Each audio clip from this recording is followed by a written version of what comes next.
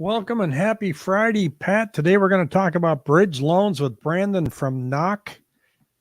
And he's going to chime in here, probably about 5 minutes. And guess what? We also have down here on the stage, she's driving. I'm almost afraid to show this. Yeah. Don't. I'm going to wait until you're stopped. She's nodding her head. So Jessica's on there with her phone. And so I think she's actually pulled over there now. There you go. Or you're in, look like you're in a school parking lot there somewhere. I'm actually headed to the last showing of the day, pulled over in Scottsdale. But when I heard that Brandon was going to be on, I've got to hear this. It's exciting. I think everybody needs to know about those bridge loans. Well, cool. We're going to pull you off. It's not that exciting, Jessica, but for the average person in real estate, we're excited about it. But I don't think the world's going to stop turning because of the news. But let's, Yeah, it's going to be interesting. So we've got Brandon with Knock that's coming on in somewhere within the next 5 minutes, and we're going to talk about this loan product that he has, and it's pretty helpful for a lot of people. But it's kind of, when you hear bridge loan, you'll need to kind of put that aside while we show you what this program's all about. But in the meantime, Pat, I want to kind of read what's going on here from the Cromford report, which is the May 2024 editorial, and it kind of sums up where our market is. And I'm going to mute Jessica there for a second because you got some wind noise. But mortgage rates have remained stubbornly high in 2024, continuing to suppress demand. And I'll show you what's happened this week. Spring buying season was a dud. Would you agree? Yeah, pretty much. I mean, I wouldn't say dud, but not what people expected back in December, January with all the optimism, with rate cuts and all that stuff. As the supply gradually rises, new listings have lingered on the market 5 days longer than last year. That's not alarming. And weekly price reductions are up 63%. And I want to caution people, price reductions are based off of people's asking price, not the close price. So when I don't want to give the impression that our average price is down by a large margin. It's just not. For sellers here, it says the greater Phoenix market's officially in a balanced state, which means the days of dump your junk are all over for now, when there was little competition for sellers 21, 22. And, he did say that the inventory is gradually increasing. And I'm glad they said that, because we get a lot of comments that said, man, I hear inventory's going through the roof. What say you? And here it is. And it's not. We're at, according to the ticker down here, we finally crossed into 18,000 listings, but that's really only 300 more than last week. And where that's coming from is here. See how number of contracts dropped here, guys? Mm-hmm. Right there. Number of new listings came down as well. I'm going to chalk that up to the lead in to a holiday weekend. So, hey, we've got Brandon down here. What perfect timing. We're going to pull Brandon up right there. Let him join us. Continue this conversation for later. Yep. Yeah. Brandon, welcome to the show. How's it going, guys? Pretty good. Pretty good. Thanks for coming on, Brandon. Thanks for your time. I wanted to, I'll take the lead. I know Brandon started working with our company, Price Mortgage. We had a Zoom call with him, and I talked to him a couple of weeks ago, and Rick knows I've always been a little, not skeptical, but like, okay, different programs out there. But after talking to you, Brendan, a couple of weeks ago, I mean, after I got off the phone, I was like, wow, this it makes a lot of sense. You can tell them about your personal experience, about what you did before and what made you come to work for Knock. And I just wanted to kind of, we and Rick and, Jessica and everybody, Jackie and Ruby on this YouTube channel, we try to bring some new information to people. There's real estate agents listing clients. A lot of people hear different things about bridge loan, but people don't, they hear that, but they don't really know all the gist of it. But I think your program is pretty nifty. So, yeah, bridge loans have gotten a bad experience over the last few years, like couple decades.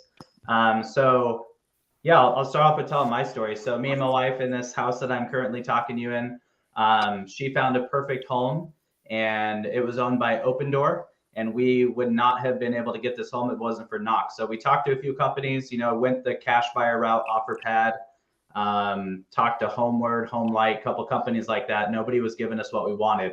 So found Knock, talked to them. Within 2 days, we were under contract with this new home. We were able to remove that contingency that Open Door was not allowing us to get. We also used about 100K in our equity to use as a down payment on this home. Then we went ahead and closed on the new home in about 45-ish days. Then we took a week to get moved over, and then we took a week to repaint, recarpet our old house, and then we put it on the market, opened it up, live for showings 7 days a week, 12 hours a day. And yeah, I saw that there was a job opening to join the team. I literally stopped doing real estate to come work here. So great company, great team. Our founders, if you don't know, they founded Trulia back in the day. You might have heard of them. Sold to Zillow in 2015 and then started Knock. So they've been around a while. They know that there's a better way out there to buy and sell. And for people that are kind of stuck, tied up in their home, right? Especially right now with the tight market, that contingency is huge. Not a lot of sellers, are willing to take contingent offers because there's so many things that could go wrong in that process. If a buyer falls out on your home, then of course it impacts their home. So, for what we charge, what we offer as far as benefits go, it's way ahead of the game. So yeah, I love sharing my story, and I love talking to agents and lenders, and just love the company and the team and everything we're doing here. Now, you can do a couple of things. You can get there's obviously you have to have equity. I'm just going to kind of brush over some of the main things, but the things that caught my eye was not only is you can get money for equity for down payment, closing costs. You can get up to $35,000 if you got the money. You run it through your calculations, what the value is and all that. It's about 10, 15-minute calculation, but then you can get up to $35,000 to renovate your house. And tell them about what you told me about what happened to you. You're able to get more. I mean, it paid for basically the fee, right? Yep. Yeah. So our service fee is 2.25% off the list price. It doesn't change whether you get more, less, whatever. So our service fee was just under $12,000. Of course, taking the time to get it ready to list, open it up vacant 7 days a week, 12 hours a day. The amount of buyers that you bring into that buyer pool is kind of crazy to think about. So yeah, we got about 30K higher than we anticipated, which obviously more than paid for its, the service fee. We hope that most clients recoup that money, right? If you take the time to get the house ready, paint, staging, take advantage of, we allow 45 days for you to list your home after you close on a new one. Take that time to move your family over, take a week, to get it ready. Take that time, really take the benefits from the Knock Bridge Zone and use it to your benefit. It takes a lot of pressure off people too. Yeah. I like to tell the story. I don't know if I told you, but back in 2019, oddly enough, we sold my other home to Open Door back when they were paying, $50,000 over what they should have been. So we sold to Open Door. They needed us out of there at 8 a.m. and we were doing a same day close because we were using our equity to purchase a new home. We got out at 8 a.m. and our new home didn't record at the city until 4:50 p.m. So we were living out of a U-Haul all day with dogs. Like that alone, I would have wrote somebody a $10,000 check. Like just that little benefit, right? Like it's crazy to think about what people go through when they're buying and selling. People have kids and dogs and lives, trying to go through showings and stuff. It's just that, there's a better way, and that's what we're trying to accomplish here. So, and it doesn't cut out any agents. Have you had any experience with Knock, Jessica? Sorry, Pat. Oh, sorry. I'm sorry. Go ahead, Greg. Jessica, have you had any experience with Knock? So I actually have been talking with Brandon in the last week. Brandon, I've sent 3 transactions over to him, and I haven't personally officially closed one yet, but I've had buyers sitting on the fence, not knowing what to do, looking at houses, trying to coach them through the traditional paths that we as agents, you guide them on. And I've got 3 people now motivated, ready to go because of this opportunity. So start to finish, not yet, Brandon, but we're going to get there, right? We will, and I can't wait to hear your success story. And then moving forward, just partnering up with you guys, and it's an amazing tool. I wouldn't be here preaching if I didn't personally believe in it. I would still be out there in the car doing real estate. I was doing very good. Yeah, love it. You sent me this PDF that kind of summarizes it. And basically it said that Knock enables clients to use their money tied up in their current home to purchase their next one, allowing them to buy before they sell. And it's for people buying and selling primary homes. We partner with their lenders and agents to provide cash flow, more certainty, convenience, and competitiveness. And here's what you say, what makes Knock better than a traditional bridge loan. It comes with a purchase guarantee, Knock purchase offer. It untethers buyers from a current home and mortgage. Unlike the industry norm, our shared goal is to help you get the highest price on the market. So if you look at my house and you say, hey, Rick, I'm going to give you $480,000. Okay. That's the Knock purchase offer, right? But then I get to take 45 days to fix it up. Walk me through that process. You've offered me 480. I've now fixed it up and listed it. What happened? And somebody bought it for 5.25. What happens to the guaranteed offer that you gave me for 480? That was just out there in case I couldn't sell it.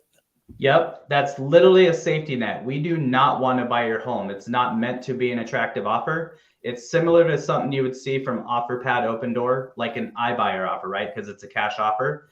It is specifically designed as a safety net, and it also is what goes in guidelines with Fannie Freddie, which allows lenders to remove their current mortgage from their DTI. That's what is different about a bridge loan. So there are other bridge loans out there that do similar things, but they don't remove current mortgages. You still have to qualify people with 2 mortgages if you want to buy then sell, right? So yeah, it's there as a safety net. They have an entire 6 months, 180 days, right, to sell the property. We've only had 6 people take the backup offer since launching this particular bridge loan in June of 2020. So it's not a common occurrence. It's not meant to be an attractive offer. It's not meant to be used. We want you to get that 5.25. Heck, we want you to get 600,000, right? We don't care. We want you to get as much money as possible and then pay off the mortgage, pay off the bridge loan. And yeah, that backup offer is just off the table. It's in a backup position in case you need it. Now, if 6 months goes by, let's say the market tanks, whatever, right? You don't sell your home and you just want to be done with it. You can then take that safety net. We've already accounted for paying off your mortgage, paying off your bridge loan in that backup offer. You're on living your life. It will cover everything. We'll step in and purchase the property. And then we're probably going to lose money, but we'll take over and we'll get it sold and we'll take it from there. So yeah, it's just a safety net. People lean on that. They're like, hey, why is it so low? It's because we don't want you to take it. It's supposed to be low. Is there going to be a period? Oh, sorry. Is that 6 months? I'm sorry, Pat. Go ahead. Is that 6 months? Can you get like say a month extension or something? Was like your court or no?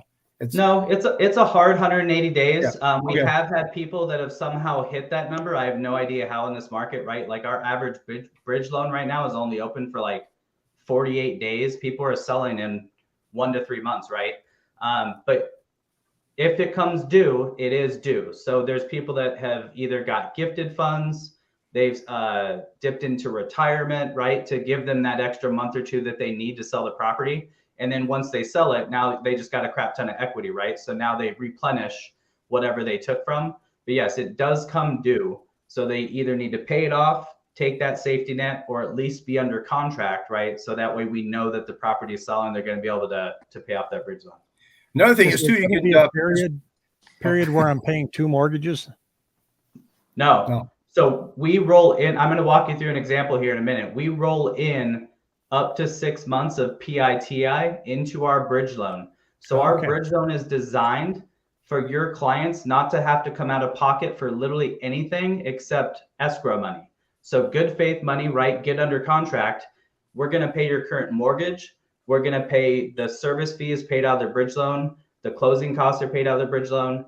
All of that stuff is paid out of the bridge loan. And then on the flip side, like in your case, let's say you had $400K, right? Your lender can use that $400K however they want. Down payments, closing costs. We just had somebody in California pay up $100K in credit card debt, right? Like, put yourself in your client in a better financial position when they close on that new home, and then, you know, they're better off for it. So use that equity. We don't want to take their equity from them. They've earned that. Me and my wife have been homeowners for 15 years. I would never want somebody to take my equity I've fought for, right?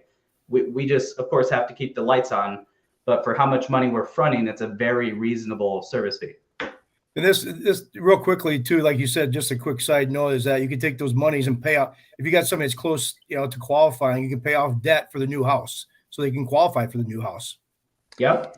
Yeah, similar to a refi. If they have a car payment, credit card debt, something that, you know, they either just want to pay off because they have the money, or it has to be paid off for DTI, your lender can structure that loan assuming they, you know, have the equity.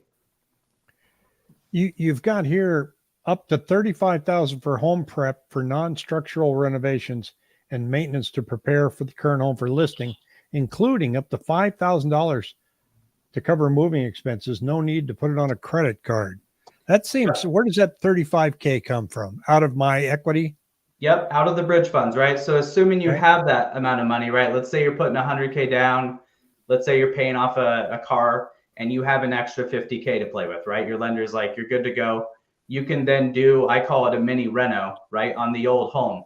We want you to sell that as fast as possible. We have hard money out there, you know, that we're fronting to you. The faster you sell it, faster we get paid. So yeah, you can do up to $35,000. So like, you know, flooring, upgrade to granite countertops, spruce up your landscaping, whatever you need to do. For that money, it's very, very specific in the fact that we'll actually front you that money. So you show us an invoice, a quote, a receipt, a work order, something like that. We'll wire you those funds so you can spruce up your house. But yes, it does come out of the bridge funds. That's pretty slick because nobody wants to be doing that while they're living in the home, and then you're trying to pack, and you know, just it's so nice. You get to leave and then go back. I mean, you're going to want to be in a hurry, right? So you're going to want to go back. Let's get this kitchen remodeled. Let's paint. It's empty. Let's make this thing look terrific. You'll get more than what you would have before, providing the market is still stable, right? So yeah. I like it. Yeah, let me, can you guys, am I able to share my screen? Yes, absolutely. You can click down there where it says present. Okay. And then share screen, and then I'll see it on my end. And I'll be able to put it up here for you. Okay. As soon as you do that. We have a very patient audience. Lord knows they've watched make a million while mistakes. He's doing that, I just I've seen and heard different, you know, type of bridge loans, and you know, I've heard and seen, like, the last year and a half, 2 years, bridge loan, like Brandon said, you know, there's ones out there, but this just seems to be an all-encompassing. Just it covers a lot of stuff for one person. There's no limitations. It doesn't seem like. Yeah, I'm not going to name drop, but bigger lenders that we're teaming up with right now, they all have internal similar programs, right? Old school bridge loans, buy before you sell.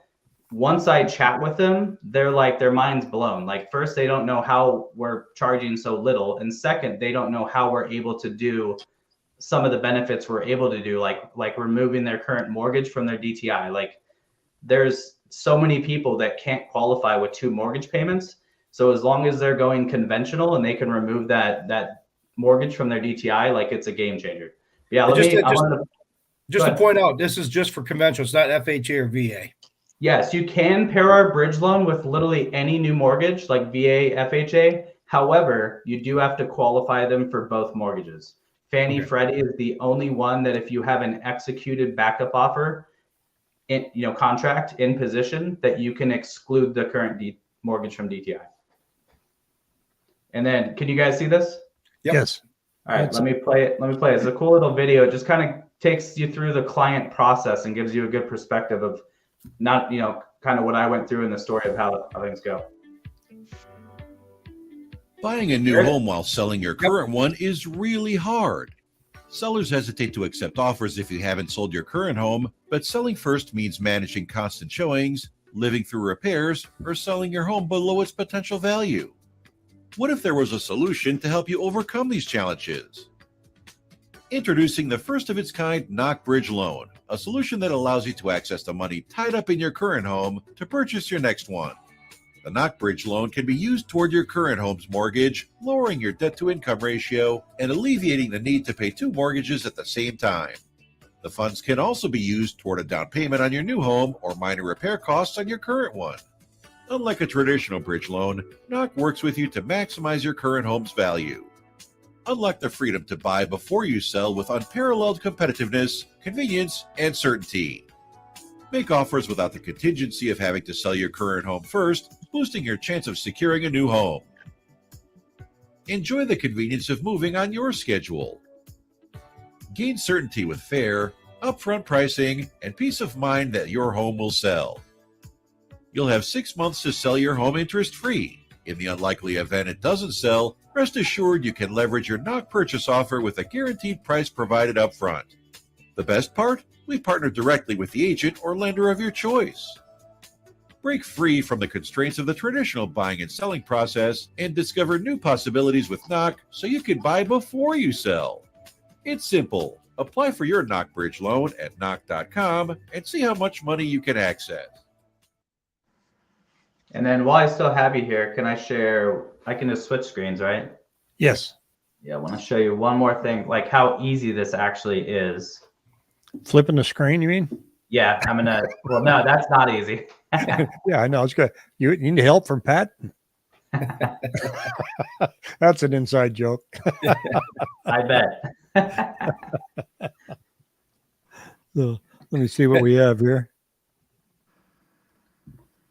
Cool. Okay. So you guys have gone through this. I know Jessica has. So this is literally how easy it is. So if you're a lender watching or if you're an agent watching, you can have your lender come on here and punch these in. So let me pull this over here so I can get to my stuff.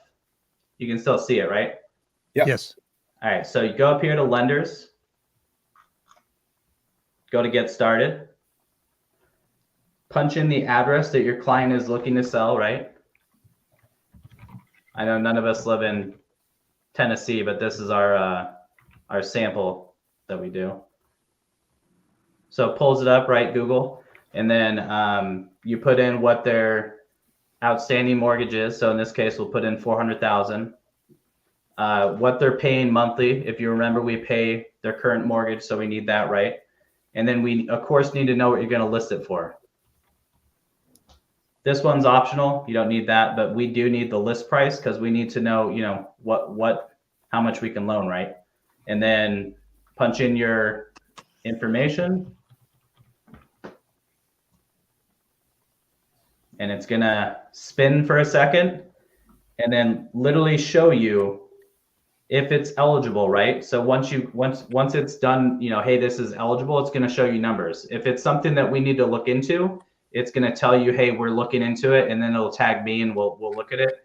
But this is what you'll see on the majority of your inserts. So you'll see on this property, they have about $350,000 in equity that we can tap into. Here's their 6 months of mortgage payments.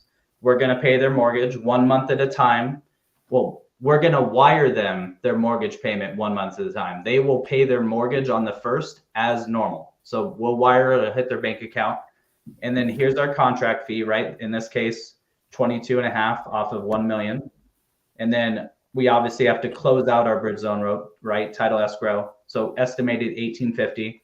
So this number right here is the number that you would send your lender, or your lender would go ahead and input in their system, structure their loan, make sure it's going to work out. And you'll notice I didn't have to plug in any client details, right? We do not reach out to your client until you decide to bring them into the conversation. So once we've gotten the green light, once you've structured your loan and figured out a solution, then we bring the clients into the conversation. And whether you want to talk to them about it, whether you want me to talk to them about it, or you want to do, I did a 4-way yesterday with the lender, agent, and the homeowner, and they're out submitting offers right now, actually. Like whatever you're comfortable with, we will make that happen. So. Well, I've put your contact information and details below on this video. So if anybody has any questions, reach out to Brandon or reach out to any one of us, the program. But it also looks very easy just to go right to the website, punch in your own information. So I appreciate you getting on here and explaining it to us. I've learned a lot, which is, doesn't take much, but so, any questions, you guys? You got, I'd let No, Brandon go and take on his weekend. So, yeah. I have one real quick. fire away. How do you handle solar? Solar, Is that part of the whole? Because you asked in one of our questions, HELOC or solar. So that might come up occasionally. okay. Are you the Jessica I've been talking to for the last couple of days? Yeah. Okay, I was like, you said when you sent me 3, I thought it was you, but so solar, if we have to step in and buy the property, we cannot take on a solar payment, right? From a company Right. standpoint. So we have to take that into account when we're running our numbers. So if let's say they owe $300,000 on their mortgage and they have a $50,000 solar, we have to reduce that from what we can loan to. So in that Right. scenario I just showed you where they had 350, it would reduce it to 300. Just because if we have to take it over, we're gonna have to pay off that solar. Same with HELOCs or any second lien position. If you saw when I punched in the numbers, it asked for the mortgage amount, including any additional liens, right? We have to be in second lien position when we close on the new home. So second lien position on the existing home, right? So when we close on the new home, we're already accounting for, we're going to pay off their HELOC or pay off anything that's in second lien position, so we can move up to that. Good question. Perfect. Well, Brandon, thank you again for joining us, and hope we can have you back again and let us know how things are going, and that people can utilize this. In this kind of a market, you need as many options as you can get. So this is a great tool to look at. I appreciate you jumping on our show on a busy Friday. Yeah, 100%. I hope everybody has a safe holiday weekend, and yeah, take care. I look forward to working with everybody. All right. Thanks again, pal. Right, Thanks take care, guys. Thanks a lot. Thanks, Brandon. Bye. That was interesting stuff. Glad to have him on. Jessica, you're going to have to keep us up to speed on what's going on with yours and see if that works. I wanted to jump in real quick because we had a subscriber go, "You never talk about Gold Canyon, Rick." And I said, well, when you go into Cromford, it doesn't always offer Gold Canyon as an option. When you look at the CMI numbers, Gold Canyon doesn't come up, as with a lot of cities. But on some of these drop downs, there are cities that show up here that don't show up in the Cromford Market Index, like it breaks out Sun City and Sun City West. But here it is in all its glory here. We've got Gold Canyon showing the annual appreciation rate right now sitting at 1.8%. So that doesn't mean, it just means, the appreciation rate is less than it was last year and the 2 years before. So, but if anybody wants to know more about their city, hit me up on email or let me know in the comments down below or in the chat section. Months of supply, people are starting to watch in the people that follow real estate, and we're at 2.4. We're up. But Jessica, how would you describe this market? How do you think you would describe this market if all of a sudden we had 4 months of active supply? Because that's been considered normal. And I asked her and she's frozen. Yeah, I know. It's like, She's dropped off. Well, wait, maybe she's just thinking about it. No, maybe she's thinking, it's a very deep question. Frozen. Oh, well, let's God. leave her there deep in thought for just a moment. I'm sure she'll pop back on. But Pat, what do you think? I mean, we're at 2.4 now. They say that normal's 4 to 6. If we had a 4-month supply now, I mean, I think people would view that as we're just flooded with homes. Oh yeah, no doubt. Everything the normal. We normalize things for a while, and then all of a sudden things change. You're like, oh my God, things are starting to fall apart. But that's kind of go back. I want to just touch on rates real quick along those lines. Is that this week has been like this week we saw. Let me see here. Pull up the 5-day. I mean, we started here, we ended here. I mean, today we are up 9 basis points on a 5.5% coupon, but like this one title, this headline says the 11-day weekend is now official. So, but the thing of it is now the Fed is no longer, they say is no longer eager to cut rates. and the market knows that now based on this one. My weekly update, that's the headline. The Fed is no longer eager to cut rates, and the market knows it. So now, what kind of period are we going into now? I mean, you got to look back since the end of last year, October, November. There's always that momentum. You see how the shift kind of comes along. We had that momentum of all these rate cuts. Now the market knows that they're not going to cut for a while. So now we're shifting into this whole new I don't know if the word paradigm is the word, but now the market knows that. So the big surprise would be, obviously, if they do cut all of a sudden. So I mean, we're kind of going into this period of acceptance. Yeah, period of you're accepting, you got divorced. You're accepting the fact that you're divorced. You're moving on. Yeah, that's the best way. Best way to put it. So I mean, things seem like they're kind of, for lack of a better term, not normalizing, but the Fed is accepting this or digesting this. Like I said, beginning of the year, lucky if we see 2 rate cuts. That was the beginning of the year. Lucky if we see 1 now. But that's the next surprise, and the next movement will be, when they do cut rates. But one of the things you said last week was, there's no data coming out this week. I mean, there was some numbers that came out, but we could be affected by Fed speak. And that's what we're seeing here. The meeting notes came out and people said, well, we're probably going to hang here. And so the words are influencing the market more than the data right now. And so it's just going to, are we going to have a cut in the summer? Or are we just going to, we're just going to be this way? Who knows? But I also see that our sales are about as low as they've ever been historically. And so you kind of wonder, can they really get beat down much more? We're down to like 2,900 homes, as you can see with the numbers down below. We had 3,790 new listings, and new contracts are 2,932, but it's still a healthy difference between the two at 77%. So either inventory is going to spike up and sales remain flat. That would bring down, give us pricing pressure on the downside. But for now, we're not seeing it. Mm-hmm. And I saw a national thing here too on MarketWatch that said new home sales are down in the Northeast, dropped nearly 21%.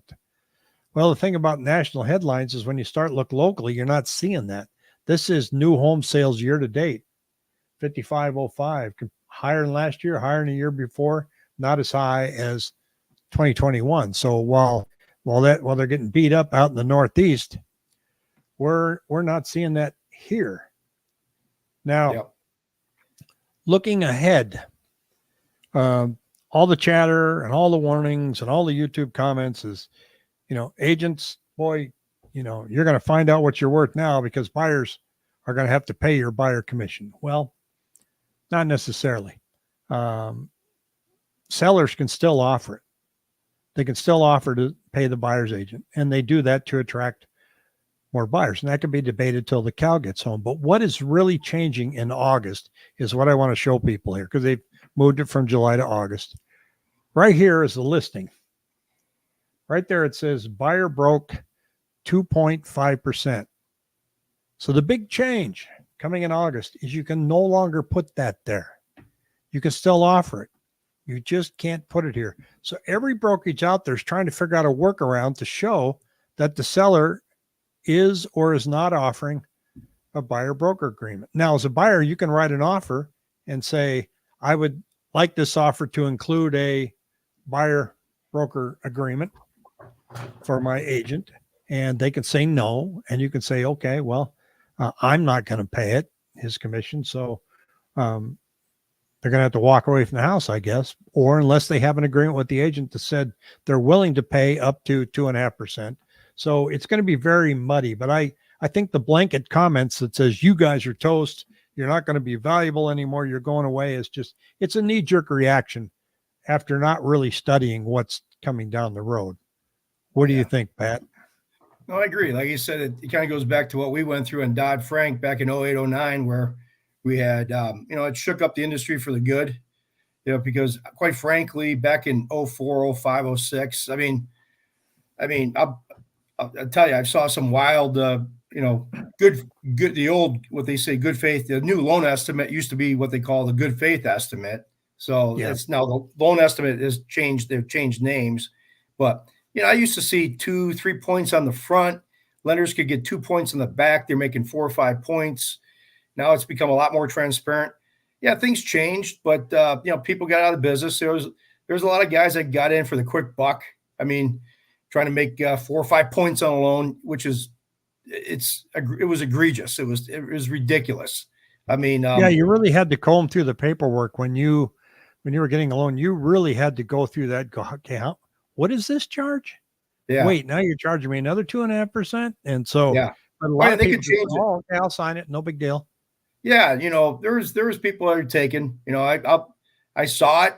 I mean, I always not to I'm going to go by go by the right hand of God, but my feeling is do unto others as you want them to do to you, and I really do live by that word. I just try to be, what would you want done to you, and be fair, and that makes me sleep at night very easily, because I've seen, like I said, back in 04, 05, 06, I saw guys just ripping people off. You could talk to Title 8 escrow officers. They saw some really crazy good faith estimates, but so things have tightened up. That's what's going to happen on your side. It's going to tighten up. I mean, they're not going away.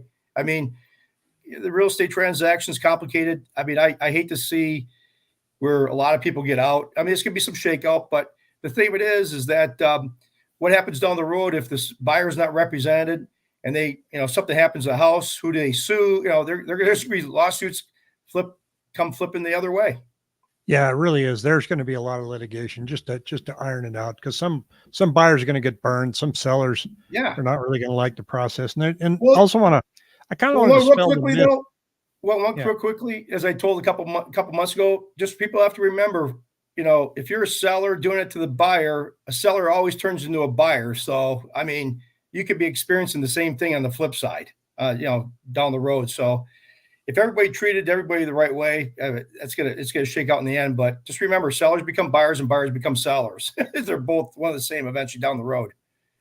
Yeah, and let go of the myth that all buyers agents do is just show homes and collect a check. Let go of that, because that's part of the process. And you spend a lot of time showing homes, whether the buyers have found the home on Zillow by themselves or they finally took it upon themselves to actually look at some of the listings you sent them. Because no matter how many listings I send from the MLS and stuff like that, well, that's great, but I found this one on Zillow, and we can't get them off of Zillow. So, but then, we still have to go out and unlock the door, and that's fine. And hardly anybody wants to ride in a car with us anymore, which I get, and I'm okay with that for insurance reasons. But the couples like to talk amongst themselves after they've seen the house. Well, I really like this, I don't like that, and I probably only had 2 people ride with me my entire career. But there's a lot of behind the scene work that goes on with the buyer's agent in trying to find listings. And there's also a lot that goes on in our industry where you don't get anything. People reach out to you and say, I'd like to talk to you about being my agent. I'm looking at this new build property and can you help me? Yes, I can. And you make phone calls out there and you do some digging and you set an appointment. And then you find out later in the afternoon, oh, well, you know what? We're switching agents. Okay. So if you were a lawyer, you'd be charging each phone call and each step that you did. But we just take it for a grain of salt. The amount of transactions that we've done that have not come to fruition, nobody takes that into account. And a lot of the work, and I know people don't believe this, but the majority of the work for buyer's agents starts after that contract is written. I mean, once you get that contract accepted, there's hours and hours of paperwork to ensure that it gets done and that it gets to the right people at the right time and at the right place. And you can't miss any deadlines. And if you're handling more than one transaction, it's pretty easy to mess up if you don't know what you're doing. What makes it great is if you get a great agent on the other side and I know I've worked with a few that go, when I was new, that said, hey, Rick, I'm missing this form. Can you get it to me today? And they're very patient about it. and or my broker's requiring this. I wish I could find an easy way on here online to show you how many forms are involved in an average transaction. And I know it's just a form, but they all have to be uploaded to a certain portal. They got all parties have to be copied. It just, there's a lot to it. And also, did you know that when you have a home inspected and you get that inspection report, that you are required in Arizona to send that to the seller's agent right away? Mm-hmm. I didn't know Some that. people don't know that. Some people go, well, no, I paid for that report. Well, you did, but it is the seller's house and they do have the right to look over that. And tactically, I think that's a good move. I do it all the time. I don't do it all the time just because I'm told to. I do it because I think it's a good move. Because I've inspected your house, Pat. You're sitting at home going, oh man, what did the inspector find? I get the report, I send it to you. And you're going to look at it and go, man, I wonder how many things that guy's going to ask for me to fix. At least you're not blindsided. And so then I wait to hear from my buyer and they go, well, I want to fix these items. So I call the agent and I say, hey, let me give you a heads up. We're about to prepare a report that says we're going to ask for these 5 things. Just want to give you a heads up. You should have it in a couple of hours. And that's just good, clean transparency, because I know you as a seller are sitting home just nervous as a cat on a hot tin roof. And so anytime you can tamp that down, it helps the transaction. So, but any big Memorial Day weekend plans there, Mr. Pat? Yeah, just working, doing a bunch of stuff on the computer, trying to get caught up.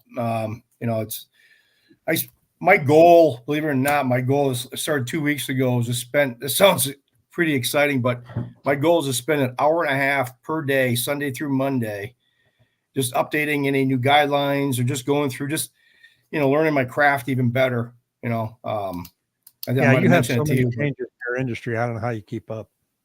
Yeah, I want to, I know my craft. I want to be able to, an hour and a half a day is 45 hours a month. Which is going to be a pretty good task. But, just going through different little nuances and guidelines, just trying to tighten up my business. But playing golf on Monday afternoon for the first time about a month and a half. So other than that, nothing crazy. Well, cool. Well, I'm heading up to Payson on Wednesday. Going to spend a couple days up there in the RV and just chill when it's not 105. So I don't think it's going to be 105, but I'd break it in up there again before every time I get in that thing, there's more work to do. So I'm going to be doing that. So, well, Pat, have a great weekend. Happy Memorial Day to everybody out there. And thank you for watching. If you have any questions, shoot me an email at rick@rickhelps.com. Take care. Take care.